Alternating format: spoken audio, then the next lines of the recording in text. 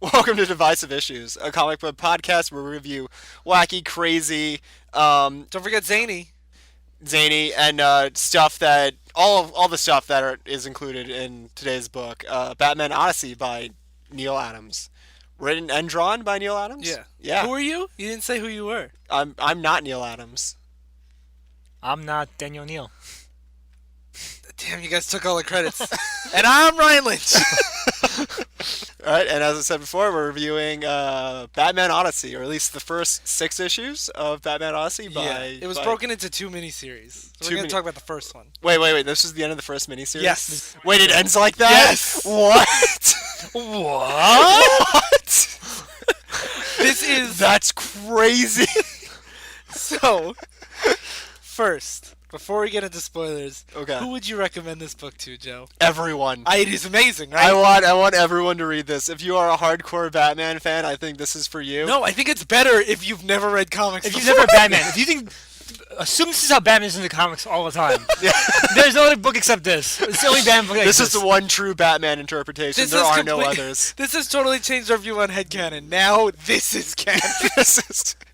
This is the DC universe that we know, like that we want and deserve. Yeah, so if you want to read, pun intended, batshit crazy story, this is where to go. Absolutely, and I think it's new reader friendly. I think it's old reader friendly if you're familiar with Neil Adams' Batman run, because boy does he like to make homages to. Have any of things. us actually read his Batman? I've read a little bit of it.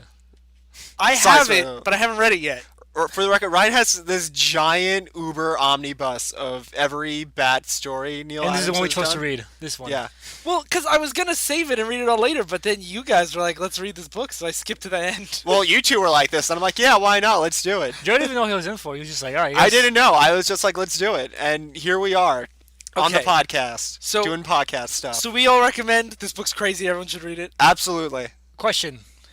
Can anyone summarize this book for anyone? No. Okay, good. No elevator Um, pitch, it's just crazy. Batman is telling this really super convoluted story to someone, and then he cuts to things that happen and have happened in the past. And Yeah. So it's just There's a Batman's big conspiracy trip going down on. memory lane. So I want to give just a little bit of backstory on Neil Adams. Okay. We mentioned him briefly in the last episode, but Neil Adams was an artist. Is an artist. He's still an artist. Yes. Yeah. But he's what we I talked a stood lot behind about. him in line and for the bathroom at Comic-Con one year. Oh, look at you. Yeah. Did you tell him, hey, Odyssey was great? I didn't know this book existed didn't until know like yet. 2 days ago. He didn't know the genius of Odyssey yet. He was still... So Neil Adams he came to prominence in the late 60s. He did X-Men for Marvel and Green Lantern, Green Arrow for DC. But the book that first made him popular was Dead Man, who shows up prominently in this series. So we'll get to that. He is hailed, in our opinion, as the writer who started the Bronze Age, which we The covered artist who extensively last started time. the Bronze Age? Yeah. He basically set You the said the arts- writer. Oh, I meant artist. You are correct. We'll fix this in editing. No, we won't. Looks over at Slot. Maybe. So, don't you touch that. Leave that in. That's gold, Slot. Gold. So he brought like a hyper-realism kind of style and very much more like action-y kind of exciting art that hadn't Yeah. really been seen in comics yet. If you ever watch like old traditional comics, the traditional view of a comic book, where it's just very flat, very static, he basically was the artist that basically shifted things away from that. Yeah, and even in his craziest work, it's still exciting to read. Yeah. And he paces well, and It might be a bit too exciting because it gets hard to follow some, Yeah. in some scenes. so I think we're all pretty big Neil Adams fans, right? Yeah, it's cool. Yeah, he's also the artist who was... Him and Denny O'Neil were the ones who made Batman the Dark Detective for the first time in decades. Yeah. That, like, the popular version that we all know kind of started with... Not started, but came back in the Denny O'Neil era. Basically, What is that? The Dark Knight theme. This show is just going to become Joe's karaoke time. Swear to me. so basically you had the Gold Age Batman, who was the guy who took guns and shot people, and then you had the campy '60s Adam West Batman, and the Neil Adams Neil run was when the book started shifting to a darker Batman again.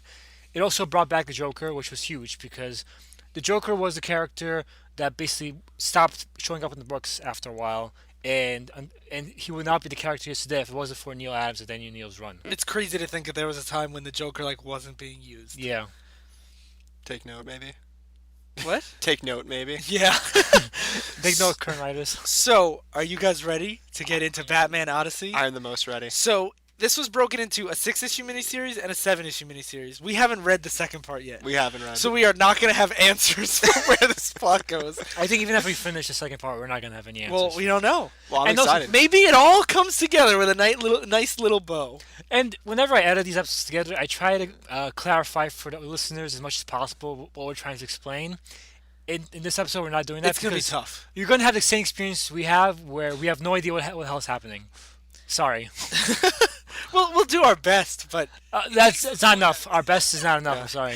so I know what this you guys are talking about. I was able to read and Joe, comprehend. right after you finished it, I asked you a question about the last issue, and you were like, "I don't know. Why don't you go look it up?" Because I don't care about them, Ryan. So this came I care out. about the Batman. This came out in what, 2010? Yeah, the first part came out 2010. Second Yeah. part came out 2013 or something like that. Cool. Okay, so jumping in. The series is called Batman Odyssey for reasons we don't understand. And it opens with a shirtless Bruce Wayne. Not just shirtless. He is like a gorilla of a man. Yeah, he's hairy as hell. And he is telling a story to someone off camera. It looks like he's telling it right to us. Yeah, it's like he's talking to the viewer. And there's no framing for this current Batman. You just see We don't know if this is current day Batman, if this is 50s Batman. We don't know anything. And this is alternate reality, so we can't assume this is regular Batman. This is just, who the fuck is this guy? It's Batman. I guess it's a Batman that exists. And he starts jumping to a story about in his early days when he was on a train. And the first strange thing that happens is he talks to a train conductor, and the train conductor is thinking, that Bruce Wayne, strapping young man, perhaps it won't hurt to let him meet my Jenny. This line has nothing to do with the story. We never meet his Jenny. Bruce has no idea he was even thinking at the time. Like, how is he retelling the story? That's one thing Neal Adams uses. See, back in the early days when Neal Adams first came on, a lot of characters talked in a lot of speech bubbles. And then later on, they kind of transitioned to using a lot more narration boxes. Yeah. It seems like he's splitting the difference and using lots of narration boxes and lots of thought bubbles. There's a lot of words in this story. He's covering his bases, you know. It's not quite as much as Kevin Smith, but it's a lot. Yeah. And we should clarify, Neil Adams, even though he's a great artist, there aren't many written works by him. And a lot of artists do transition to writing, like Frank Miller, John Byrne. Neil Adams has not made that transition very well in the story. So, I think we can agree. I don't know, but let's keep going. the very next scene is Batman climbing up to the top of the train, and there's another great line. It's because Batman's holding his gun while he's climbing the ladder. Immediately, Yeah. he's just got guns in his hand. And he's like, could have waited on drawing the gun. Now I have to climb with one hand. Stupid. And he could still put it away, yeah, can't he? it's like the artist. It's like Neil Adams is explaining the weirdness in his art. Like he drew it first, and he's like, oh wait, that's weird. He's holding a gun while he's climbing. I have to explain it with this weird doll. One thing I do want to point out that I actually really like, his costume here is very like early days. Like you see seams, it's got Yeah. stitches on it. Yeah. And it's a really cool visual. It doesn't have the white pupils that the standard Batman has, Yeah. so it looks Yeah. like he looks like a guy in like a cosplay outfit. Yeah, and it's very raw. Yeah, this was very much meant to be one of the first, or at least one of the first Batman appearances. Yeah, it seemingly. reminds me of like in the superhero movies Yeah. when they're trying out the new costumes. Yeah. And I actually think it looks really cool. Yeah, no, he captures that well, and also even the thought bubbles kind of capture Bruce's like. I wouldn't say doubt, but it kind of captures his like he's new on the job. You can immediately tell this isn't the regular Batman. Yes. The funny thing is, though, he like I said, he looks like a guy in a cosplay outfit, but the criminal's still thinking, "Oh my God, it's a fucking demon! Holy shit!" Yeah, one guy is super like freaking out because he thinks that Batman is a demon. And He's never- like, it's a demon. And it makes sense when people think that, like, in an alleyway when it's really dark. Yeah. They're outside on top of a train. Like, they can see him from far away. It's obviously a dude. Yeah, they can see him in his shitty costume. Yeah. And like so, it turns out there's Also, he has guns. What demon carries around guns? it turns out there's gasoline trucks on this train car, and these guys seem to be doing something to it. Yeah, how are there gasoline trucks on this train? I don't know. And they all start opening fire on Batman. They say, "Drill him!" And they basically shoot him in the arm. And as he's shooting at them, The bullet goes right through his arm. he goes right to his arm, a clean shot. And then Batman just beats the shit out of them. And it's not like like a flesh wound. It goes through like the bone and everything. Like it goes through the middle part of his arm. Oh, straight through the arm. And then the guy he's working with shows up after Batman has beaten up all these guys. Who we haven't been introduced to. Yeah, he's Commissioner Rodriguez, and this is the first introduction to him. Is him saying, "Turn around, let's get to the meat of the matter before I'm tempted to shoot you in the back." This is what you say to the guy you're working with, Who just got shot. Yeah, and Batman just pulls his guns on this guy because the guy just trying to shoot him. He also shot all the he shoots at the guys, but he shoots their guns out of their hands. Yeah, he shot guns at him. He didn't murder all of them. Because was he a good guy? The guy behind him? Well, he's Commissioner Rodriguez supposedly, Okay. and he's you know like, Commissioner Rodriguez. No, I don't. I have no idea who this man is. and this guy is very Hispanic. Muy rapidito, mi amigo. You are very good. Good training. I like that became Transylvanian when you switched back to English. You are very good. Yes. And Batman's like, put your guns down, mi hermano, now. I just kept thinking of Arrested Development every time they say hermano, because they say it like 5 times in this. And I don't even get why, but basically now they have their guns drawn at each other, and El Rodriguez is like, I will blow this whole train to hell if you do not put down your guns. And he's like, Batman's like, you are insane. You will die as well. And wait, why does Batman have a Spanish accent? I don't know. So like this guy's like, I'm gonna blow up this train of impunity. And Batman's like, why? And he's like, I'm gonna do it. And they were working together, I guess. Were they working? I thought he was a villain. I thought he was the head of the people trying to blow up the That would train. make more sense, but I couldn't tell that at all. That would make more sense. He's commissioner, I assumed, and this guy says, "You are interfering with national policy, my costume brother." No, he's coming here to kill him. Okay, you're right. Joe's right. I misread this entire scene. But like he also says like, if you don't get your act together, I'm gonna shoot you. So like, if he was a bad guy, why didn't he just shoot him? Yeah, Because he's not that bad of a guy. He's gonna blow up this train. But he's got a heart of gold, though, apparently. and then He's usually honorable, like, I'm going to murder all these people, but God, I can't stand to shoot a man in the back. Turn around so I I'd can rather blow him up from behind. And then it turns out that this is actually a story within a story, because now Batman is telling the story to us about him telling a story to Robin about his early days, because he's telling the story to Robin about his early days. So I took it as the framing device at the very beginning of the story is modern Batman telling a story about his mid-era Batman telling a story of his early days. And we learned this is a story within a story halfway through the story within the story. Yeah, that we already had a hard time following, and now it's like watching Inception from the middle part on. And so Bruce Wayne is like, I've done the math. It's your life against the people on this train. You lose. You set the stakes too high. And then he shoots the guy. Oh, also, Batman doesn't have a mask on at this point. Oh, yeah. Somebody ripped it off, and he's just like, whatever. But everyone on the train knew who Bruce Wayne was. Yeah. But these guys on top of the train do not. Yeah, these are guys on the train that don't know. And he's like telling the story, and Robin's like, oh, you shot him? You couldn't find a way out of him? He's like, yeah, I had no choice, Robin. And Does he shoot him? he did shoot him. Yeah, bladder, bladder, blam. No, The fool's chest, neck, and face disappear in a horrible splay of blood. No, but Batman's not the one who shoots him. Oh, yes, Yeah, he yeah. shoots him. But it seems like it is. it does. And then Batman, so to skip ahead a little bit. Oh, yeah, So Batman's telling the story to Robin, and he says, I shot him a bunch of times. And then on the next couple pages, they say, actually, it was somebody else. And, oh, yeah, it was a Spanish undercover agent working out of Mexico. He wasn't operating U.S. legally. He was the guy he was working with. Okay, I misinterpreted this entire scene. It's crazy. It is. I had to go back and, like, check like page to page and be like, wait, what? And then I'd go back and then I'd like go forward. Yeah. So I guess because it is very hard. It's so much at once. Is this when Batman gives Robin the lecture on gun control? Yeah, and he gives this lecture that's basically like, if you have guns, you're a lot more likely to get shot because other people with guns go for the guy with the guns first. And if you're trying to escape and also shoot people, Yeah. you're gonna get shot. But if you just focus on escaping, you'll get away. And it's basically him saying guns are bad, don't use guns, while he's holding 2 guns. Yes. Yeah. And while Robin holds a gun, like, man, you gotta admire the power you feel Yeah. when you hold one of Yeah. these. Robin says, I gotta say, boss, like he first said, they give you the confidence, just a feel of them. Don't you feel it? And he points the gun right at Batman's head. We'll see later, Batman can take a couple shots though. Yeah. And then they started debating about about guns, while Man Bat just picks up Man Bat. Oh yeah, Man Bat's just here, and he's exactly what he sounds like. He's a giant bat. Who's also a man. He was co-created by Neal Adams, and basically, Can we just assume that the majority of characters going forward were co-created by Neal Adams? or he got guys he heavily worked on. Yeah. Yes. But just like you said, so a Man Bat just comes in the middle of the story, just picking up Rob, starts throwing him around. They're in the Batcave. Yeah. Yeah. And they're still talking while this is happening. Like, Batman's just ignoring what's happening. He's just like, let's sit in your dark room with 20 minutes. Let's say they all have guns except you. And This book does this so much, where there's crazy things going on, like crazy firefights and all these things, and there's other characters in the room just continuing their conversation. Continuing their big lecture. yeah. Yeah, and it's so weird.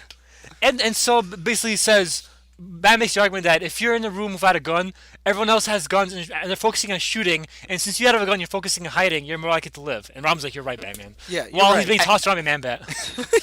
Yeah, like he's literally fighting somebody while he's like, "Oh, you're right. I never thought of gun control that way." Gosh, you're so right, Batman. Oh my God, it's Man Bat. And then they talk for like a little bit, and then it seems like after like 5 minutes of talking, Batman realizes he's Man Bat and says, 2 hours isn't as good as not at all. You could have come as yourself, not this atrocity. Like all of a sudden he realizes it's Man Bat. Was there any prequel to this? Was No. there? Like, No. Because now at this point, Batman's saying like, "Man Bat, you know I'm Bruce Wayne. Yeah. You know where the Batcave is. You come to deliver me a message. Why did you come here as this monster instead of yourself?" And like, I'm not. I mean, I haven't read Neal Adams' Batman, but I've never seen a status quo where Man Bat was their ally who knew his identity. Yeah, I agree. That really struck Like, me. I as could be weird. wrong. If I'm wrong, I'd be really curious because I'm not going to get to this book for a while. Email us. I say when you read the other 300 pages of this omnibus, Yeah. perhaps the answer will be But clear. like, and then he has a message, but he doesn't want to give him the message. There's a lot of that, as we'll find out. Man Bat says, "I have a message for you, and I couldn't come as a man because I'm too shy." And Batman says, "Well, too fucking bad," and Yeah. leaves and doesn't even ask him what he's there for. Yeah, to be fair, he got like a alert by the police, but like he could have at least said, "Hey, real quick, tell me what it's about." Or like, tell Robin while I'm gone or Yeah, something. Yeah, but instead they go and a great line.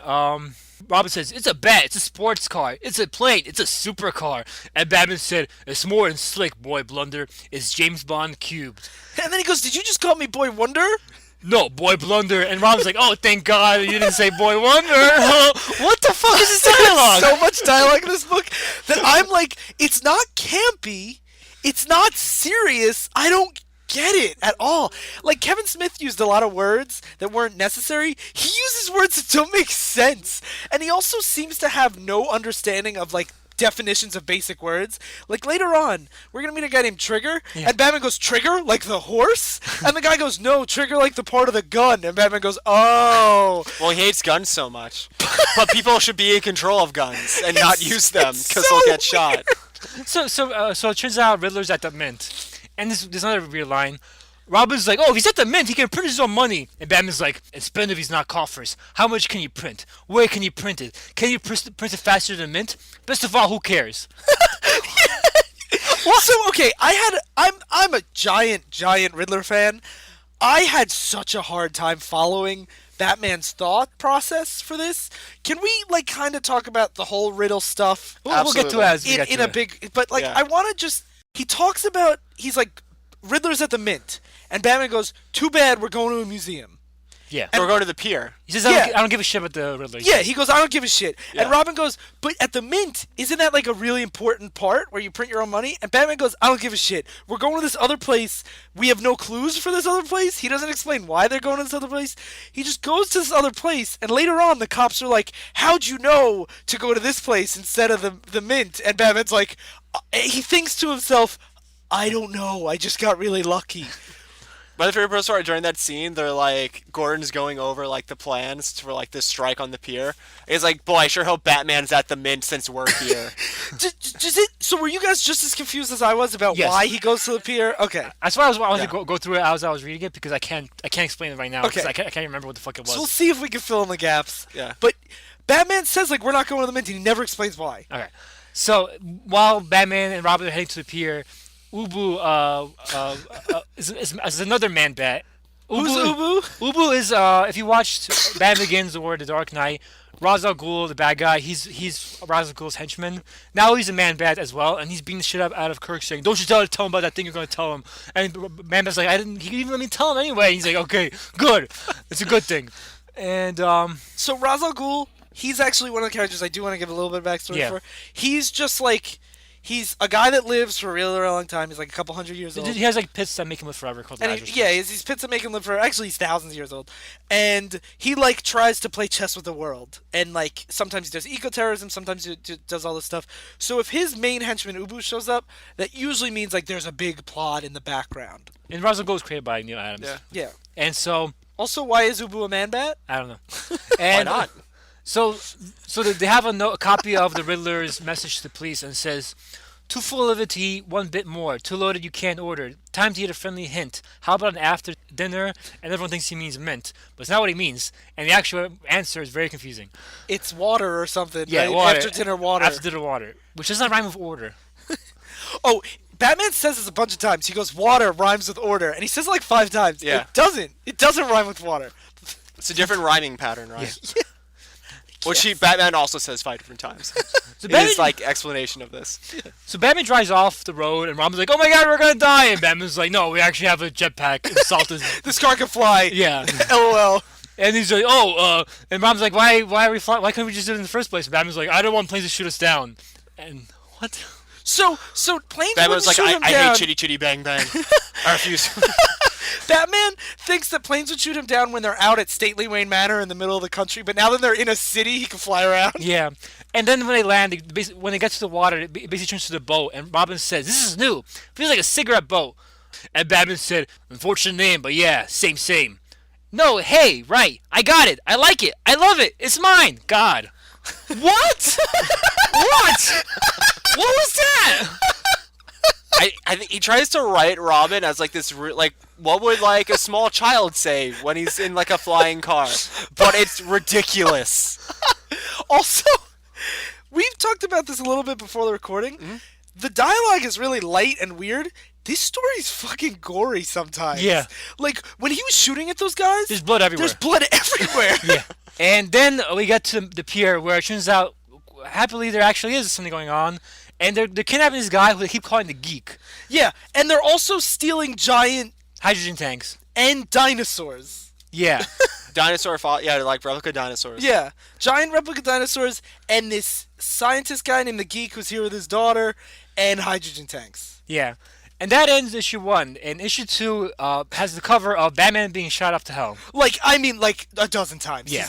He's tanking these bullets. He's Yeah. dead.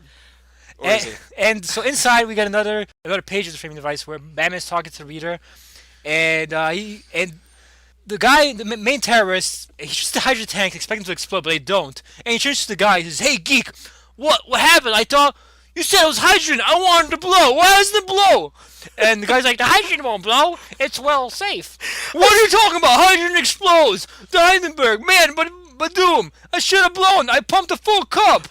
We are definitely doing an old-timey radio read-through of this book, and I love it so much. He's trying to blow up the car with all of them still in the room. Yeah, like it's the same thing like the guy that was trying to blow up the train. Everybody wants to just die in this book, I guess. Hydrogen is pretty flammable. Yeah.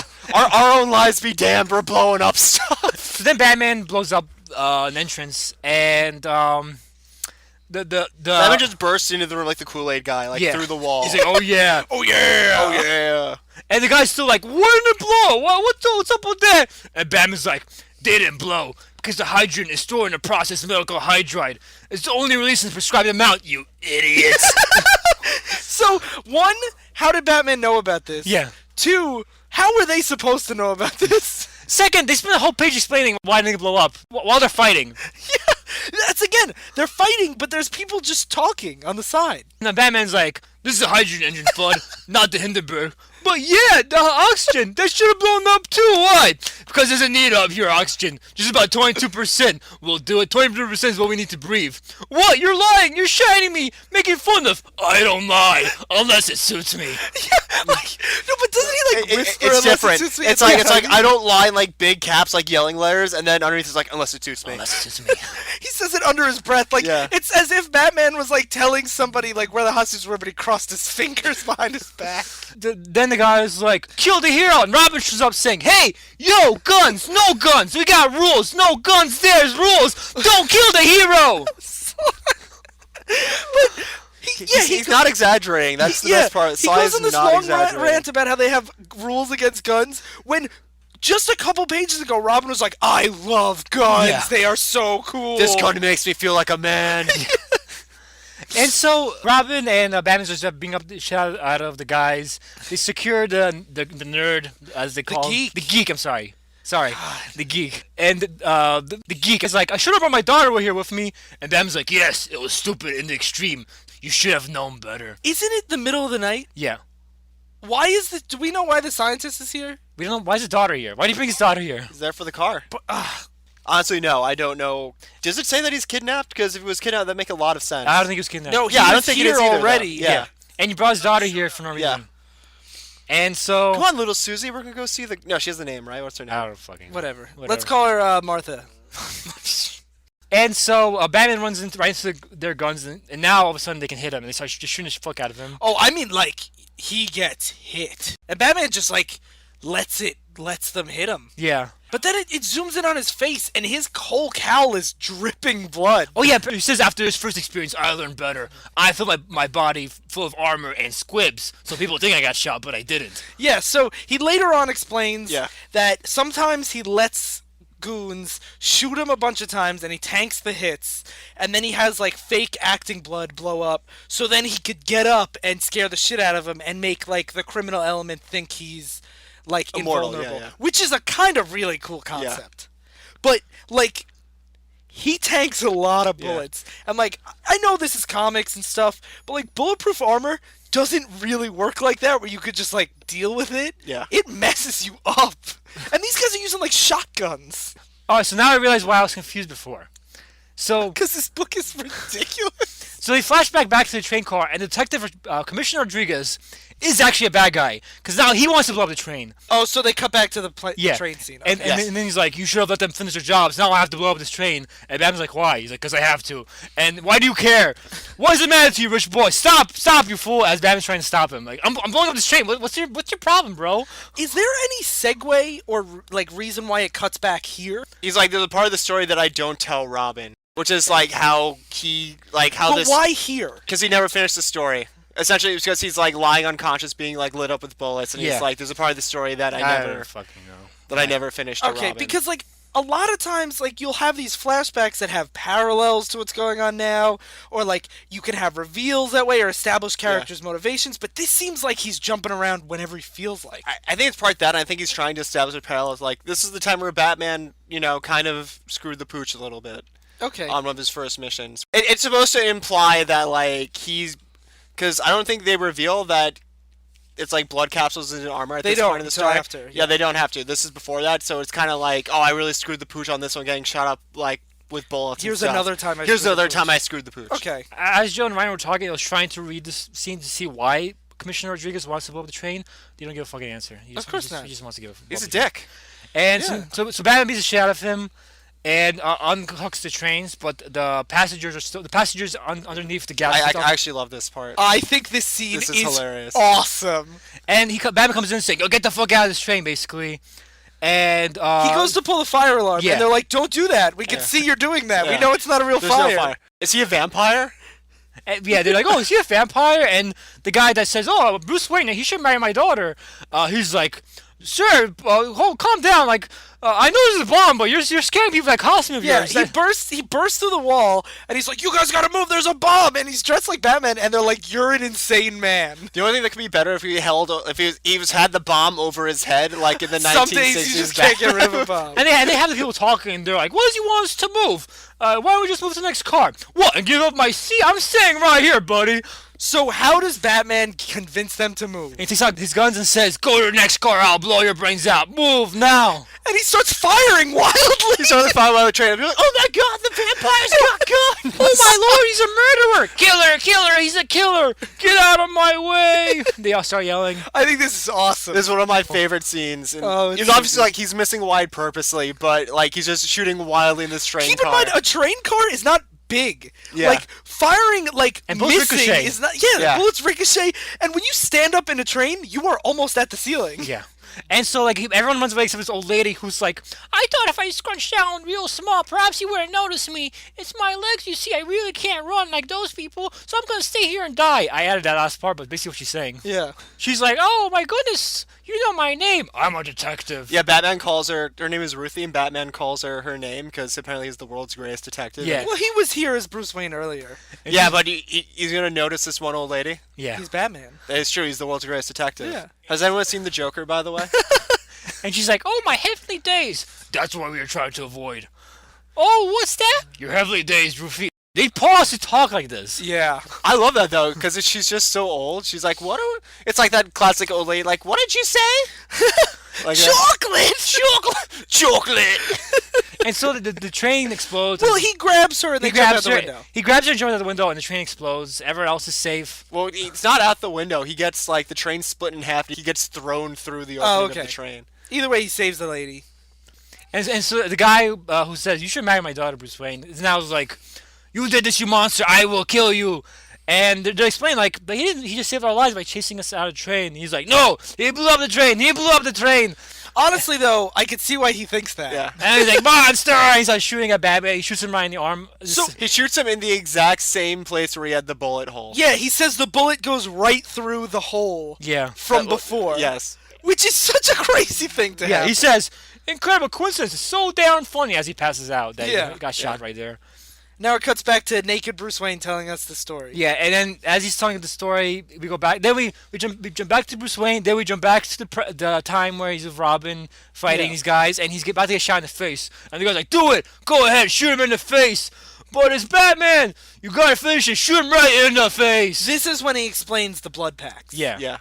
And so that ends issue 2. So we get shirtless Batman again, and then we jump to a different time. Now Batman's.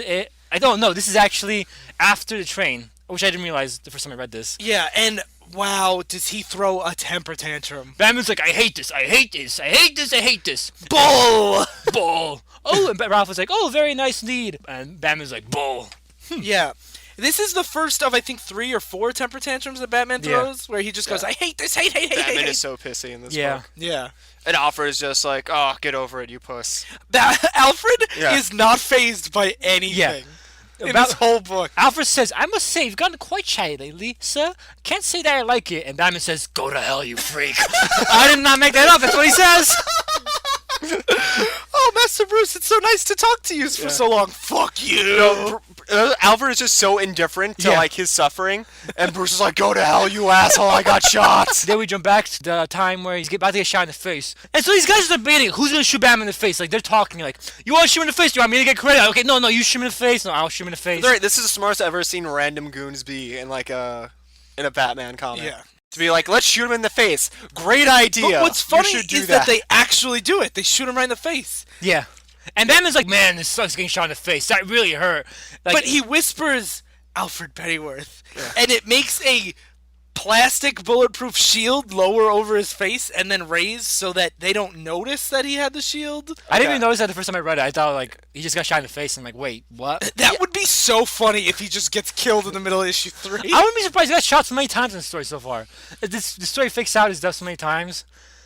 And then they're like, "Oh yeah, we shot him in the face. He's dead." And they're like, "I don't think he's dead." And then Batman starts Batmaning them, being the Yeah, shit he out of them. beats the shit out of him. Montage of him beating up thugs. And he runs at them, and they're like, "Take him, shoot!" And he's like, "Yes, take me, shoot!" And he is terrifying. He's covered Neil in Adams' blood. art is Yeah. pretty great on this page, where he is covered in blood and he is terrifying. And so another thing I want to point out: all these goons have completely different outfits. Some guys look like street thugs. Like there's like black guys that look like rappers. There's like guys that look like regular. Some look like soldiers. Yes. Some look like from the 1950s, like gangsters. So it's hard to tell who's on what side. Like they're all on the same side, but you don't. That's what happened with us Yeah. on the train too. We couldn't tell who was good, who was bad. Yeah. And it's just Really diverse, mercenaries for this job yeah. of blowing up this car And, and stealing these replica dinosaurs. And Batman just goes to town on these people, and Robin, after like 5 pages, finally shows up saying, "Hey, I told you, jerks, no shooting heroes. Didn't I give you the rule book?" After like 5 pages of doing nothing and Batman getting shot in the face, he just Yeah, after Batman has like brutally beaten the crap out of these men. He was probably doing some exposition on the side. Yeah. So now all of a sudden the Riddler's here. Yeah, they caught from the mint. The police caught the Riddler from the mint, and they bring him to the pier. And Riddler's like, "No fair! You were supposed to come to the mint after dinner if you're a little bat suit and tights, you Nimrod." And then they're like, "Oh, where does dinosaur come from?" And Commissioner Gordon's like, "Oh, it came from a private donation from Talia al Ghul, Ra's al Ghul's daughter." And Talia's like, "You big ol' hero, you." So Talia's just here now. Oh my Talia's God, usually this is my favorite really dialogue. like classy and Yeah. like very proper and Yes. etiquette. And here she's just like, "How about a big old smooch?" You deserve a big old sloppy kiss, is what she literally says. Yep. Yeah. So she goes from being like the heir to a global empire Yeah. to like a Southern belle. And Robin's like, "Yuck, yuck, don't get to see Dad every day." He's like, "Ew, they're kissing." After he just watched men gunned down in front of Yeah. him. Now, so was she just hiding on the sidelines until someone said Ra's al Ghul, and then she walks out? I assume. Well, that's my cue. I assume she came to Commissioner Gordon, but no, that seems like what happened. She was hiding somewhere. And then she's like, "Oh, get right Batman some treatment." Yeah, she's like, she makes out with Batman, and she's like, "Wow, you are super covered in blood." And Commissioner Gordon's like, "It's okay, it's fine." And she's like, Somebody help him. He's bleeding to death right here." she's like, "Look at this man, he's about to die." Yeah, I'm really surprised she noticed this, considering like how much like she was just smooching his face off. She's like, "Are you totally insane here?" And Batman's like, "Talia, is that a Gershon you're wearing?" And she's like, "What? Oh, Gershon. Yes, it is. I'm surprised you noticed." And then she goes right back to being like, "You gotta put him on an ambulance," and everyone else is like, "No, it's fine. He's just covered It's in blood." Batman. This is what he does. So now it cuts back to the geek and his daughter. Yeah, Talia's like, "Oh, this poor girl was here his entire time for no reason." This is when I really started to not be able to follow what was going on in this book. And then Riddler, handcuffed, just starts mocking Batman, saying, "Haha, that's the real riddle, isn't it, Batman? After dinner mint, after dinner dinosaur, yeah, ha ha ha ha." And then Batman just grabs his face, saying, "Back off, jerk, with your after dinner water." You were about to say water, not mint. So is after dinner water a thing? Is that a term? It's not a first. It's It not could a be. term. Second of all, it doesn't rhyme with order. He says it rhymes with water like 5 times. Yeah. It definitely doesn't. What is after dinner water? Is that like, I don't know. You drink water while you're eating dinner, not Yeah, after. it could be maybe like in the Adams household. That's like that's a The standard. Addams family? The Addams Family. So Yeah, old Lurch would always make everyone drink water. So after realizing Riddler was talking about after dinner water, he opens the gas tank and starts drinking from the gas tank Yeah, okay. of the car the guy was trying to blow up. Which has like Yeah. a fountain, like a Yeah. spout. Yeah. So he Yeah, starts. as a tap. Yeah, it has a tap. That's the Yeah. word I was looking for. And he just starts drinking it. And everyone's like, "Batman, what the fuck are you doing?" I guess like the whole point of this car is that like it's a hydrogen car. Instead of like fumes, it spits out water, seemingly. But how is this the Riddler's plan? And why is Batman just drinking the water from the gas tank? Just like, "Oh, it's Riddler meant water. I'm going to drink this water from this." But what does that prove? How It's does it proving the stop riddle that the water. What if that what if he was it's- wrong? It's proving he was after the car. What essentially. if you actually meant mint? I don't understand why he's after the car, but If apparently he was after the car, why did he send his gang to blow it up? because he wanted it destroyed. And why did he go Apparently. to the mint himself? Classic misdirection, you know? This cover because that's the end of what, issue 3? Issue 3. This cover is horrifying. So this cover is Batman, his mouth wide open. He looks like he's gonna take a bite out of this girl. Okay, see, for me, all you see is the hair, and it's about like it's below him, like at his waist. It looks to me like he's like has a sex doll. With the way his face is and the way the hair is, it looks like he has his hand on the head of a sex doll. Yeah, I just thought he looked like he was holding a wig. Yeah. So you can interpret this as Batman about to take a bite of a small child, or Batman having a sex doll. Or Batman or- about to put a wig on. Yeah. It's time to look pretty. So And Neil Adams, Batman's face on this picture is haunting.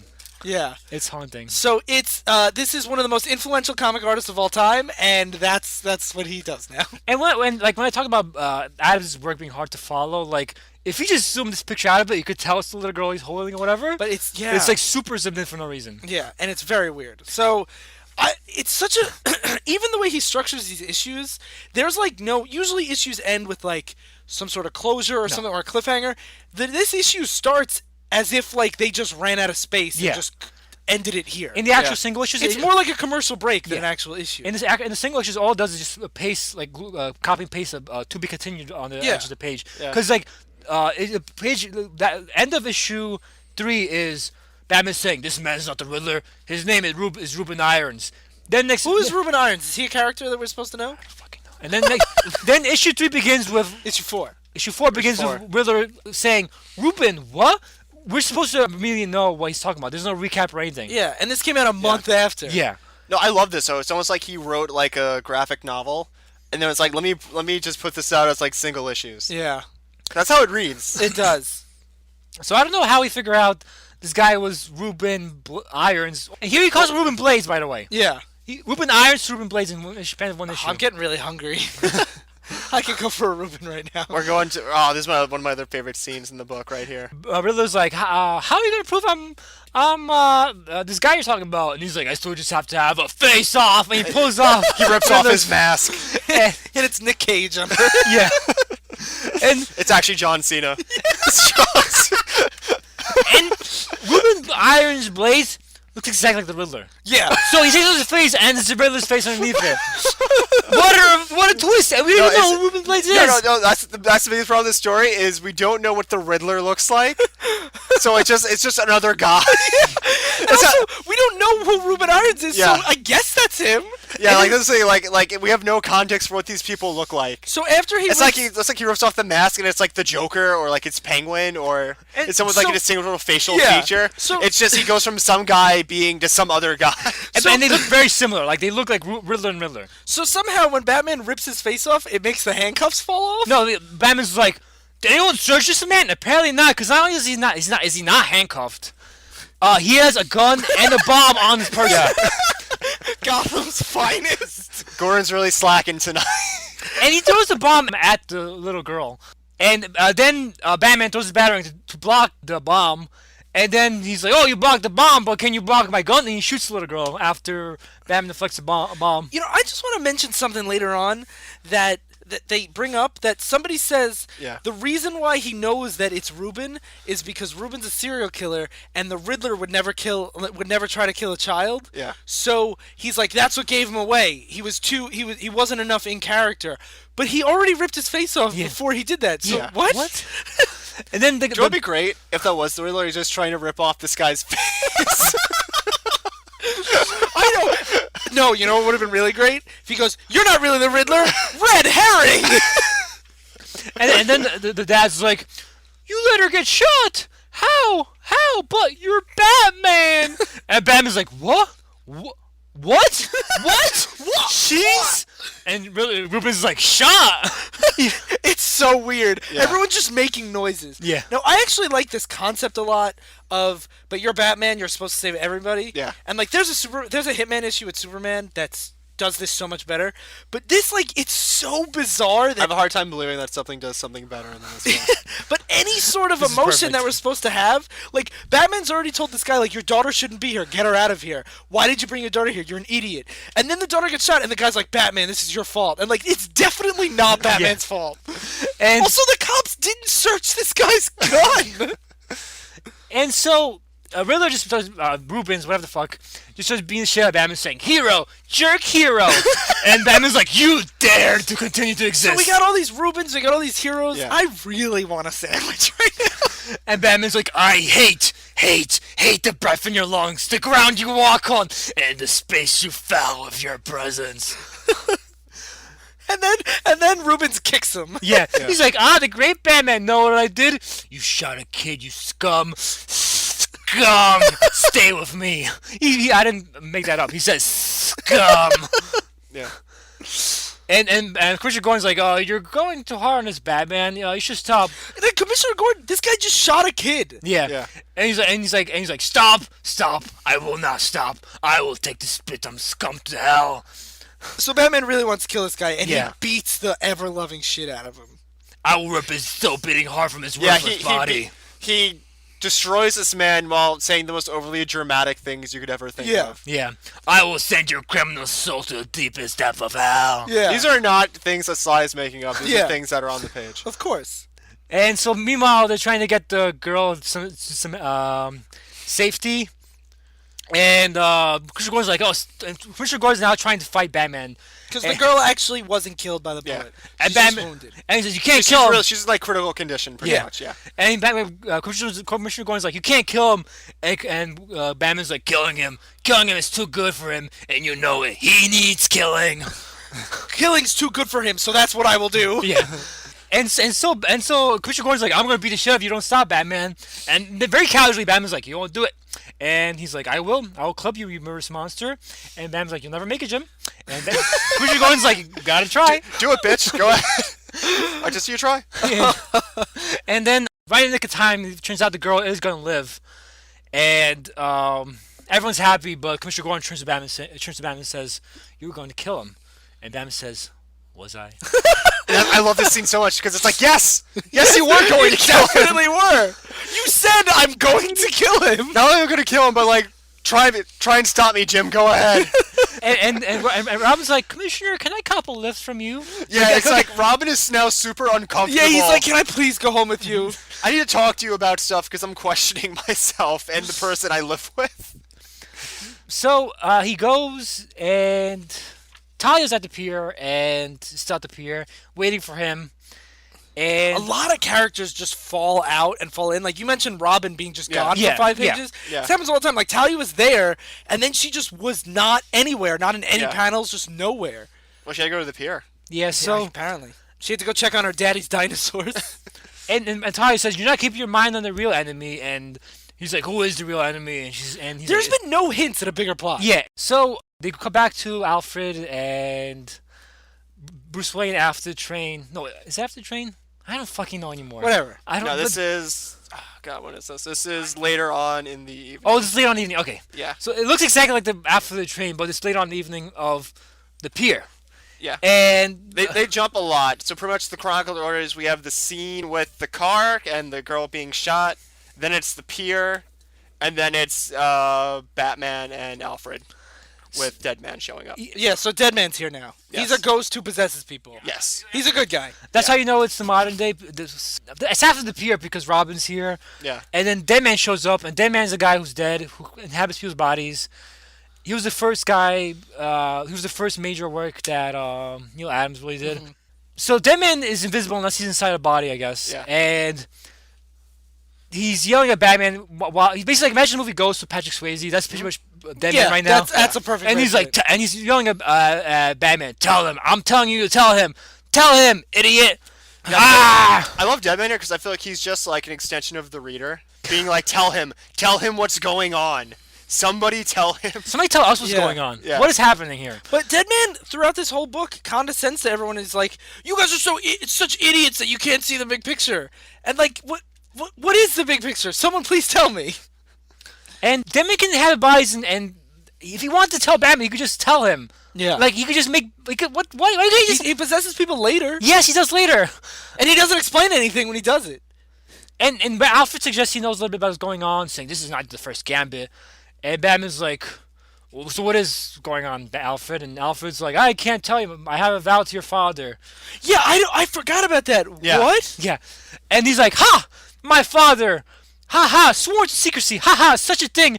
Such an octopus of a thing, and I only have an inkling! Which that's kind of a I like that turn of phrase, but not in this context. It's Yeah. so bizarre. Yeah, I love that turn of phrase. Not in a Batman. Yeah, like that would be like something the Cheshire Cat would say to Alice. Yes. So now it cuts back to Talia and Bruce, Yeah. and it gets even more convoluted. No, this is a flashback? No, this is them back on the pier. They go back to the pier. Okay. So I don't know when this Deadman stuff happened. I don't know. I gave up at this point, by the way. Yeah, this is when we were Yeah. like, whatever, we're just along for the ride. Yeah. I think that has to be after. It has to be. Yeah. Yeah. Okay. So Talia has a photo album, and it's a picture of Bruce Wayne at a birthday party when he was 10, and Talia's here with him, and Batman's like, were we friends as children? And he shows him a second picture, but then we don't get to see the second picture, but Yeah. Batman does. I don't Yeah, know. whatever. They, So were- they save the second picture for reveal later on in the story. yeah, so basically, Talia says that Ra's al Ghul was friends with the Waynes. Bruce's Well, that's parents. the reveal of the second picture. Oh. The first picture is that Bruce and Talia knew each other when they were children. Why not tell us both of these things at the same time? Why spread it out? Because it's a reveal. Is it? Is it a reveal? We have because like to have a twist, you have to have some sense of normalcy to the story. Yeah. You can't feel like Yeah. nothing makes sense. This whole story is a twist. I like that a lot. So then Uru Man Bat shows up and takes a folio from the photo book from Talia and says, "Don't tell him anything." She said, I didn't tell him anything." And Batman's like, "Oh, is it Kirk Langstrom, the real Man Bat?" Kirk, what are you doing here? Yeah, and he just shows up, right? Yeah. But it's actually But it's not Kirk. It's it's Uru. Uru. And then Yeah. another guy shows up, and Uru. Is this the guy that just looks like Batman? He looks like Batman except he's purple and blue. And Uru says, "Who are you?" Which is a good question. And the old guy says, "It's your death, Jelly Roll." And Batman says, "Jelly Roll?" That's sort of a speech bubble. And this guy's goal here is return the book. He really cares about this photo book for whatever reason. And Tyler takes the book from Uru and just punches him in the fucking chest, in the fucking face, actually, rather. And he's like, "You're a failure." And then Stingray comes out and kills Uru. Yeah, a giant stingray, like Yeah. a kraken-sized beast from the It deep. flies out of the ocean and just stabs him. Yeah, Also, if I can forgot to mention, there's another Robin here who looks like a fucking monkey. it's really weird. He looks like, I don't know. He's like some scrawny kid with Yeah. like slick black. A very slick black ugly blonde kid. hair, He's yeah. really ugly, and he has a P and 7R. So he's Pobbin, I guess. No, I think his name is, they say it, Primus. And so a Stingray kills Uru, apparently, and Batman's like, "Who did this?" And Aquaman's like, "I did." Yeah, Aquaman's here now And with a glorious mullet. Aquaman's like, "What is your concern here? He was a monster bent on murder. I had him killed. He's a bottom dweller. If you have no stomach for this, why do you do it?" How does Aquaman even know what's going on? He just comes in here and kills this guy, and he's like, "He was a murderer." Yeah, it is really bizarre. Yeah, and it's implied that they're like, like they know each other. So obviously Aquaman would know Batman would have a problem with him showing up murdering someone. Well, I don't know. This is the same Batman that brings guns and just shoots at people. That was in the past, Ryan. He's the new man now. A man who gives gun control speeches. I love Batman's retort. "You call me friend, and you know nothing of me, criminal." Aquaman is not a criminal. He's literally not a criminal. He's a member of the Justice League. The Justice League. Oh, man, there's so much words here. It doesn't matter. Let's just fly through this. I really feel like Neal Adams drew the pictures first and decided speech bubbles later, because Batman says all these words and his mouth is closed the entire time. Yeah. So now we're up to issue 5, right? Yeah. And now we have again every issue so far opens with Oh, I love this one. This one, he's about to eat like the eggs. The classic, like if you see Rocky, he puts like the raw eggs in the cup and he Yeah. drinks it. Also, he's eating a banana. Yeah. And considering how naked and suggestive he is, everything about this is really uncomfortable. You just love your like your Batman. to Like- be gay. I suppose. So to clarify, You don't think that he is brimming with sexual virility yes, here? yes. Eating the eggs and bananas. He is brimming with sexual virility, Joseph. But so this is shirtless Batman, the one that's framing the story, and he's eating He's the classic. going to town on that banana. Yeah, he's eating the classic breakfast of raw eggs and banana. Yeah. Then smash cut to a giant whale. Yeah, I feel sorry for anyone who read this out of order or like jumped in the middle of the story. So Batman's jumping into I'm the hearing neato things about this Batman Odyssey story. Better start with issue 5.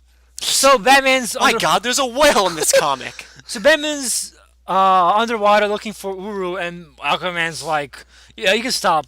We got him." And there's a giant whale behind him Which for no reason. Aquaman says, I always leave this whale wherever I am. Yeah, he's is like, I always travel on with the like whale. the shore of Gotham Yeah. City, and it is like a blue whale. It is a giant animal. And Batman's response is, "Sweet mother of God, a whale, a whale, a whale." Oh my God, I forgot how much I love that part. It's a whale of a tail. So the Stingray that stabbed Uru brings him back, and It's Ubu for the record. whatever. I Sly. don't fucking give a shit. Uru is what a Thor's hammer is made out It of. is. Yeah. It's Ubu. Learn the lore, asshole. So, Nerd. So Commissioner Gordon shows Gordon's up. like, what's all this commotion down at the pier? I heard there was a whale! A whale! A whale! And Commissioner Gorman's like Commissioner Gordon man. Commissioner Gordon. and Batman still thinks it's Kirk Langstrom, and Tally's like, wait a minute. I mean, look at the size of you stuffed shirt. He's nearly 3 times the size of Professor Langstrom. Look at him. And his man bat grew 3 sizes that day. Yeah, I love that Tallard goes up to the point. It's like, you're an awful detective. You're really bad. So nobody can hear Deadman, and he just shows up sometimes just for a page to just basically be like, everyone in this book is a dumb asshole. Yeah. He says, like, she won't distract him. What a rube. And then they show the picture they showed before. I feel No, like it's a different Deadman picture. is almost like... Oh, it's a different picture. Okay, makes sense. So it's the second picture that he sees. The fuck? Okay, whatever. I don't know. So the picture is the Waynes and Ra's al Ghul striking oil together at an oil rig? With Talia and Bruce in arm. Yeah, as like little babes. Yeah. Little tiny children. And Tally's like, my father, Ra's al Ghul, is the king of the underworld. And Batman's like, that again. And Deadman's like, that again, you idiot. Listen to the girl blast it. For no reason. Like, imagine reading a comic and having, like, the Mystery Science Theater crew. That's what I was going to say before. Yeah. That's exactly what I was going to say. Basically, Deadman is MST3K. Yeah. Batman takes off his mask and reveals another mask underneath. No, It's the bulletproof shield thing from before. But, like, you don't like- know it's that at first. it looks really weird. It looks like Is that what that was? Yeah. Yes, that's what I assume it is. I made that Because clarification. it looks like he takes off his mask and then he puts on that mask, and I don't know why he puts on that It's mask. very Oh strange. yeah, he takes off his mask. It's like he's getting changed, but he gets changed into a crappier Batman. Yeah. He had like a cosplay outfit. Yeah. And they talk about how the parents were together and they moved apart. And They don't even bring this up again, so I don't think it matters. But like Tally's like, It doesn't matter. They're childhood friends, the Waynes and the Al Ghuls. Tally's like, your father drove my father further away. And Batman's like, Talia, I was 3 years old. Why are you blaming me? It's like, no, it's your fault. It's your fault, Bruce. No, you have done the deed, is what she says. you have done the deed. Yeah. God. This is my favorite trap, Talia Al Ghul. Yeah. In anything. And then we get the Joker, the man that... So smash cut to the Joker Yeah. mutilating a man's face. multiple Jokers. There's an army of Jokers mutilating this guy's face. Yeah, he does the why so serious scars to this guy. Yeah. And the guy, he's getting his face sliced open. He's like, Arg! No, you sliced me! That's how you react when you get sliced in the face. Also, like, I feel like if someone's grabbing your face and cutting your cheeks open, you can't speak Yeah. properly. You're like, do you know what noise you make? Ah! My face! That's what noise this guy would be making. And then Batman's like, here's some cotton, staunch your blood. And he's like, you're fine. Go over there to the guard. And there's multiple Jokers, and Joker just monologues. I didn't even know there was multiple Jokers. It's hard to tell Yeah, because there's multiple Joker. I Because the art's kind of not... it's so unclear. Yeah. They don't frame any scene very well, in my opinion. In this Yeah. book. Because one of them's like far out, like it's like a mid shot of a Joker. And you far can't, out, bruh. It looks That's like like a mid shot of a Joker, so you can't tell if like that's how he looks or if it's just like the framing of Yeah, that. or like, just it's him less moving detailed. around. Yeah. Or just So him moving anyway, around. so what happens after Joker mutilates this guy? Batman's like, quit jokering around. Bunch of clowns in here. Oh god, don't even get started. And Joker starts beating up random each of the different Jokers. One of them's like, "Ain't me! I ain't the Joker! I swear!" And Batman's like, "I know," and he punches him anyway. And then the guy gets shot in the face. The Joker, he's beating him up. And it turns out the cop that got face sliced is yelling, "Traitor, dirtbag! You cut me up and led me to bleed! Die, you freaking clowns! Die! Die!" And he just starts opening fire on all the Jokers and shooting all of them. And he's like, all of you betray me, Jokers!" Until Batman just takes him out. So what do you think's gonna happen immediately after a Joker just mutilates this guy? A Batman-Joker team-up? Yes, that's what happens. But first, some cops show up and say, "Oh, we'll take him off your hands, Batman." And Yeah, see, we'll take him. Batman wants him to go back to jail. They want to take him to Arkham. And Yeah. Batman goes, if he goes to Arkham, he's just going to break out again. He's a murderer. He deserves to be in jail. And they're, like, just not having it. Yeah, this is also seems like the first time he's making this argument. It's like, no, Joker should go to jail. He says Joker needs to see a judge and be arraigned because he has Yeah. rights as an American citizen. What? Batman using the legal system to his advantage for the first I time. suppose. also, this is supposed to be like a way to show these cops are suspicious and not real cops. But it feels like just a really weird, awkward argument between Batman and these cops. Because Batman's like, "This man, like it or not, has rights. He is under arrest. He has to go to jail to be arraigned, period." And the cops are like, "By whose authority? Yours? We have orders." our orders. They're cops. He's Batman. And Yeah, he's we like, They got have the authority. Yeah, we've got orders. and he's see? like, you men are not listening. The paper is unclear. Joker goes to jail. I can't believe we're having this conversation. And the cops are like, now Batman's a lawyer. He looks like one. It's just like this weird conversation. That Batman is trying to be like, you're taking him to jail, and the cops are like, nah, we're not doing that. Batman's like, now I send a message to Commissioner Gordon. Cops will be here soon. And they're like, we send out a scrambler to scramble your So they're message. not real cops, Yeah, apparently. Yes, that is the end reveal. Yeah. That these gentlemen who are uncooperative with Batman are actually, in fact, not real cops. Yeah. On cooperative point that they will scramble his police frequencies. So then Batman punches one out, and then the other one clonks himself on the head with a nightstick, and he's like, gotta make this believable. Yeah. And I don't understand why at Yeah, all. I don't know why. Then Deadman shows up again. This time he enters the Joker's body. So he could finally talk to Batman. Yeah. And basically, Batman doesn't know it's Deadman yet. Joker gets in the Batmobile. Batman's like, well, I'm taking you to jail. So now they're in the Batmobile, and Batman thinks it's a Joker, and the Joker's basically telling Batman that he's an asshole, and that he doesn't do anything right, and he's just he basically is just saying, you just fight clowns, you don't actually make society any better. And Batman's like, I guess you're right, Joker. Yeah, What do you know? I guess I just fight clowns. I guess you're right, Joker / Deadman. Yeah, well, he doesn't know he's Deadman yet. And then all of a sudden he goes, wait a second, you're Deadman. And he's like, yep. And then they get to Arkham Asylum. Oh, you guessed it, Batman. You really are the world's greatest detective. Yeah. So they go to Arkham Asylum and they enter through a drainage pipe that hasn't been used in 100 years. Which can't they just go in the door? It's the Joker. You gotta be... Also, those fake cops wanted to take Joker to Arkham Asylum, and Batman was like, no, I will take him there. And then, I guess they're meeting Kirk Langstrom. Who's the actual Man-Bat. Yeah. And From earlier in the story. Yeah. then, From that time he tried to fight Robin in the Batcave.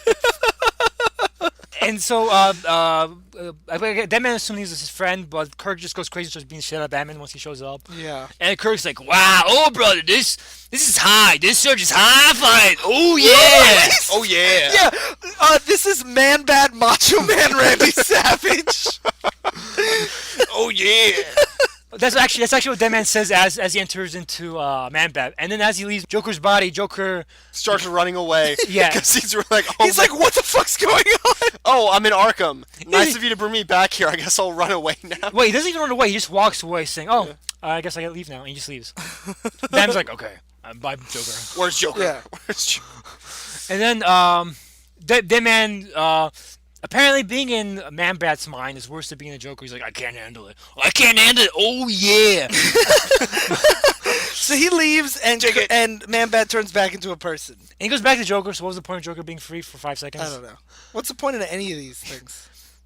And then Man-Bat has a key. For what? I still don't know. Yeah, it'll be revealed in the sex. Yeah, we assume this question will be answered in the next part. So, end of issue 5. You guys ready for the big finale? The big finale. I'm all embraced for the big finale. So, the cover of the big finale is Batman lying on the ground bleeding, with Joker standing over him with a gun, Deadman, Robin, and a guy we don't know just cheering him, Joker on. So Batman and Joker, aka Deadman, are running through the Arkham sewers while a guy, Mr. Cho, is that his name, Mr. Cho? I don't know. Yeah, What? Chu. Whatever the fuck. He's Asian villain, the guy. Yeah. And apparently he's a scientist, and he works at the Arkham Asylum. Yeah. Mr. Chu is like sends out these wolves after the two of them, and Deadman says, "I'm trade bats, but not for this. I can't handle dogs." I can't fight dogs. Yeah. And so then, because of that, he has to leave the Joker's body and let the Joker run free. Then they fight, and then Deadman enters the Joker's body again. What's the point of him leaving? I don't know. What the He fuck? can't fight the dogs, but Joker can fight dogs. And Mr. Chu is like, "Hey, Batman, we needed your help." And Wait, is this issue 6? it's Yeah. issue 6. And Issue then 6 goes on forever then. every fucking issue goes on forever. I think it's No, but- issue 6. I think it's 7. No, No, there's six. only 6 It's issues. 6 issues. Okay, then what the Yeah. So okay, let's fly through this. I'm sorry. All right. So Chu wants Batman to save the day. Yeah, because there's a guy challenging Batman to a duel. Yeah. And, I do well. Yeah. And it's a guy called Trigger. Who's just a big machine man. Yeah. The guy has a really terrible design. He's like yellow and for green. He looks like a shitty Power Rangers fan. Yeah. He was on the cover of this book, and I'm like, who the hell is that? Yeah. Because it's like Joker, Deadman, like Robin, and then Trigger. And I'm like, Yeah. who the fuck? I'm like, who's So this? Trigger has Talia tied up, and basically she's tied up to a wall, and basically he's fired around her like a shooting gallery, barely missing her. And this is where they're like, Trigger, what, Trigger as in the horse? Yeah, that's That's what I where was that talking line about comes before. in. And Batman starts knocking the wall, and Trigger's like, stop that rapping. He starts shooting at Batman just for that. Like, don't dare you. Yeah, it's really weird. Yeah. And then he reveals that he has all of the Batman villains in Yeah. like cages. Yeah. Eventually, this goes on for a while. So they just fight for There's a bunch lot of of this, times, like... right? They don't fight. Batman's trying to knock on the wall, and Trigger's like, stop rapping that wall. Stop it. So okay, should we get a little ahead and go through all the reveals at once here? Because that's Yeah. basically the whole rest of the book is just reveals after reveals Yeah. after So reveals. Right? he opens the wall, and every single Batman villain is watching this fight. Which is why he's rapping on the wall. Yeah. Because it's not a wall, it's glass or whatever. Yeah. Yeah. So it's revealed that Chew is actually Ra's al Ghul's son. Okay, we're getting really ahead now. This is. We'll get to that at the end. We'll get Yeah. to at the end. I thought that happened here. That doesn't happen here. No. There's a lot more. There's a lot more of dumb fighting. Jeez. Do you understand why I thought this was like 7 issues? Yeah. So every single Batman villain is here, and they all have a really stupid. Okay. There's Penguin, Killer Croc, Clayface, Bane, Riddler, Poison Ivy, Mr. Freeze, and then some gorilla with a baseball cap. I don't know. It's my favorite. Like Solomon Grundy, they're all real Yeah. Batman villains, and a gorilla with a baseball cap and Yeah. like a wife beater on. Congo Bill. Is it Congo Bill? No, it can't be. Congo Bill is a much better character than this. So this gorilla and all the others, they all want to do a Batman next. They're like, once Yeah. Trigger loses, we're gonna fight you. Yeah. This fucking no one villain. This guy who we've never seen before. Who was Eh. somehow his first pick. Yeah. And then True's like, shoot Talia in the legs, and Talia's like, wait, you weren't supposed to shoot me in the legs, and she rips off her restraints, revealing that she wasn't really restrained the entire time, saying, you can't shoot me. And Dead Man Joker fights Chew, and Chew is like Kung Fu master and is able to fight Dead Man, while Batman breaks both of Trigger's arms. Yeah. And Batman keeps knocking and rapping on that wall. I don't know what he's looking for. I don't remember. Whatever. Oh, he's looking for a weak spot, I guess, and Batman breaks through the weak spot and starts running through the tunnels. I was wrong, I guess. Yeah, on that reveal, I thought that he was knocking because he realized it was And the glass for everyone to see through. But no, it wasn't. And Ryan even missed this because he thought it was a real Talia, and one line they explained, "Don't Yeah. worry, Boston, that's not the real Talia." Like, She has a bunch of makeup on. She's Yeah. just an actress. if you miss that And line, it is a throwaway line. Yeah, it's it a is, line. Like yeah. you would think that's the real Talia. Because she's drawn like the real Talia. Yeah. Yeah. Every page is like another 2 reveals that is Yeah. so hard to keep track of. But they're all great though, so let's continue. And so, And so, Alfred he goes So back Batman to, escapes. Batman and escapes. He's back at the Batcave with Alfred. and Alfred drops his Pants. his the tray he's holding, the butler tray. Yeah. And Batman's like, you must be Dead Man. Alfred would have cleaned that up right away. That's how he knows that Dead Man's possessing Alfred, because he doesn't immediately scrub the floor of this cave. my servant would have cleaned that up immediately. Yeah. You're clearly not Alfred. And to get into Dead Man, aka Boston Brand's backstory, he was a trapeze artist. Gunned down by the mob. Yeah, while he was trapezing. And then- Basically the same origin as Robin. and that's Which is what the reveal is. It's Except, yeah. it revealed that it wasn't actually. The mob that killed. It was the League of Shadows, Ra's al Ghul's organization, Yeah. and it was a test for membership by killing him. Yeah. Good test. Yeah, which they imply that pretty much it implies that the killing of the Graysons was also a test for the League of Shadows. And it's so throwaway, and maybe it'll come up in the sequel, but Yeah. they don't talk about it here. So Robin shows up again in the story. He's part of the story now. And he's like, "Oh, did you call me?" Yeah. Because they're talking about him. And then Ra's al Ghul shows up, and Kirk Langstrom Man-Bat, and Batman starts fighting Man-Bat. Yeah, Ra's al Ghul once again now also knows who the Batcave is. Yeah. And then the other purple Batman shows up, and his name is Jamroth Buck. Yeah. and Primus, his weird sidekick man. Yes. They just showed up 2 hours ago and they didn't mention to Batman. Yeah. Yeah, Robin had them upstairs in, like, I guess, like, the waiting room. Yeah. I like to think of them as, like, fiddling with their thumbs, So waiting to be relevant in the Yeah. story again. So Roz starts talking about how this is all part of his master plan, and I cannot follow it at all. It was actually Chew is his son, except he didn't give him the Fountain of Youth. Yeah. So Chew is his son. He's supposed to be the heir, but he didn't let him be the heir to the League of Assassins. So he's really mad, so he wants to take it out on Batman. He also orchestrated the deaths of Deadman and Robin's parents. And it says that he's also the sensei who's the one who told Ra's al Ghul where the Batcave was. So apparently this Dr. Chew guy knows everything. Yeah. Ra's al Ghul's explaining what Cho's plan is. He's like, and Batman's like, I can see he's coming from the infield. And Ra's al Ghul says, he's coming to kill me and take my place. And Batman's like, of course, you idiot. You raised an assassin. What do you think he would do? You trained him. Well, that's what he does.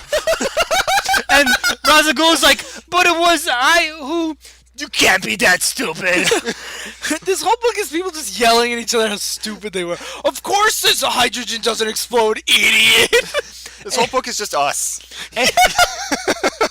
So it turns out Cho was the one who sent the not Riddler to kill the girl, and basically he did it to set off Batman, and basically to create distrust within Batman, because it's just like look at your relationship with Gordon after tonight. Look at your relationship with Robin. Yeah, Robin took that ride home with Commissioner Gordon. Yeah, it's just everything is coming together. And Ra's al Ghul's like yelling at Batman. So basically, and he also, Cho actually has Talia as well. Apparently. Yeah. So he's saying that We don't see him ever abduct her. Yeah. But Nelly did have like fake Talia. He has the real Talia. So Chew has Talia, and he wants to take over the League of Assassins, and Ra's al Ghul's basically saying, now you're involved, Batman, you have to stop this. Yeah. Otherwise, he will destroy the world with the League. I think you should read this next part, Ryan. So Batman basically says, yes, this is really important. I have to save the day. Fine, I'll be taking the trip as soon as I get a nap. You're safe here for now. And he just falls asleep on the floor. And Deadman yells like, you're taking a nap? Are you kidding me? And Alfred's like, yeah, of course. He hasn't slept for 48 hours. He always sleeps here. He always just sleeps. He likes sleeping on the floor of the back. It's fine. So, now that he has all the facts, he's going to take a nap. And the inner monologue is, but I didn't have all the facts. Poor Boston had no need for sleep. He was, after all, dead. Yes, I had a plan. Roz and Talia were safe, and I could sleep before I could go on my Odyssey. I thought you had Talia. Wait, was Talia? He says he has her. Yeah, right? Yeah. Where? Surely I've given you all the clues as to where by now. So he's talking to us, saying, you should figure it out, right? Us or, like, the person that he's talking to. Whoever he's telling the story to. And the book ends, the whole miniseries ends with him asleep on the floor while everyone's like, are you fucking kidding me, Batman? I love that ending. It is the best ending for anything ever. It's my favorite ending ever. That's how Dark Knight should have ended. This Batman like I'm gonna stop the Joker, but first. Yeah. I gotta just take a nap. So, final thoughts. Amazing. I think this book's fantastic. This is the best book we've reviewed so far. I couldn't, even after we've gone through it page by page, I couldn't tell you what it's about. Everyone should read it. It's fantastic. I think it's still like, I think it's a bit more coherent, but not by much. Yeah, it's insane. Yeah, it is crazy. It is stupid fun in like all the best ways. The art itself is actually is Neal Adams art, so like it's good. Yeah. But it is so off the walls, like what? It's insane. It's a hell of a ride. So we all say everyone should read this book, right? Everyone should read this. So we talked about this for a real long time. Yeah. I think we're going to skip the letters page tonight. But we will definitely, if anyone has any questions, write in. Yeah. divisiveissues@gmail.com. We'll be back with the letters page next week. Yeah. And I think we're going to have to do the second half next time, right? Absolutely. We have to. There's no way we can't. Recommendations, the second half of this book. It's just so good. Yeah. It is just, it's crazy. I can't wait to read the second half. I'm so excited. This is my favorite book we've done so far. Mine too. I love this.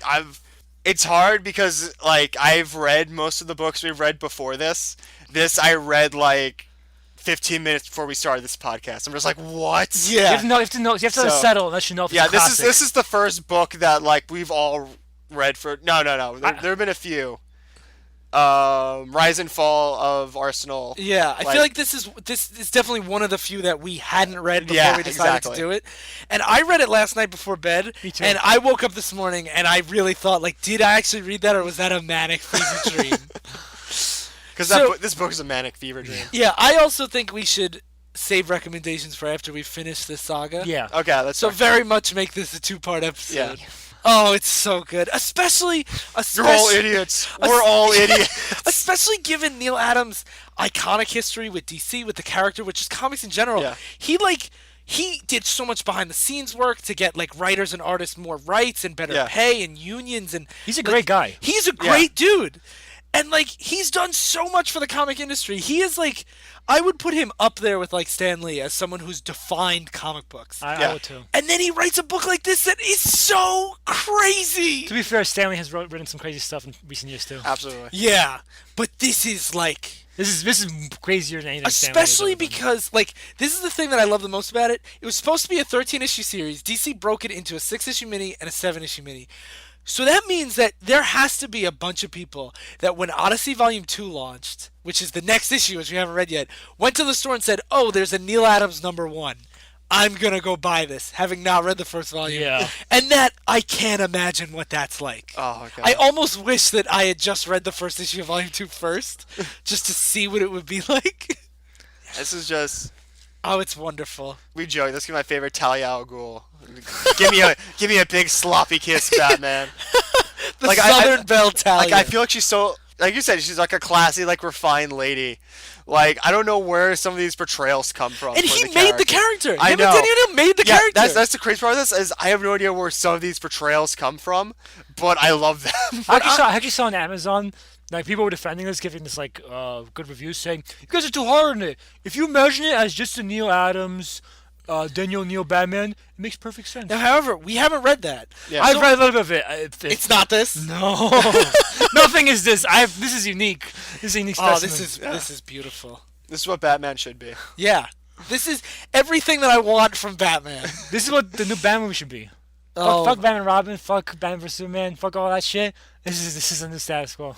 yeah, that would be so amazing. Oh, I yeah. want to see Batman rip the faces off villains more often and have the same guy under it. I want to see like him shooting guns out of people's hands on top of trains. Like this is amazing. Yeah.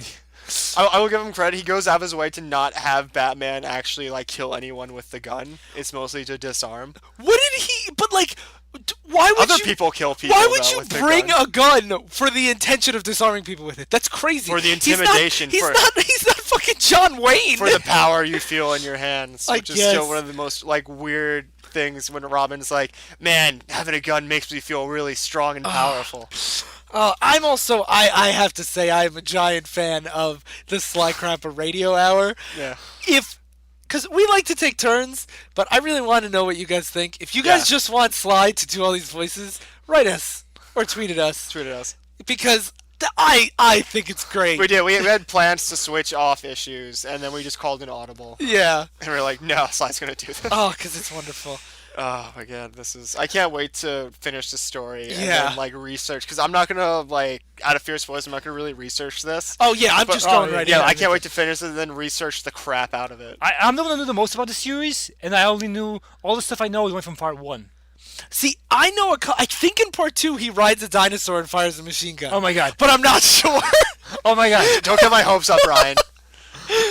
Because I can't imagine other than like the replica dinosaur that's like on the I could be boat. wrong. No, but other than that, like, what is the where There's does a this, replica dinosaur. yeah, but where does this story have to go for him to be riding on a dinosaur shooting a machine gun? I don't know. Like, this story's already crazy, and I can't imagine how it gets to that point. yeah. So okay, I think we've said as much as we can. Okay. Yeah. So I've been Ryan Lynch. I've been Neal Adams. I've been not Riddler. Whatever his name is. Thanks for listening to Divisive Issues, guys. Stay in continuity.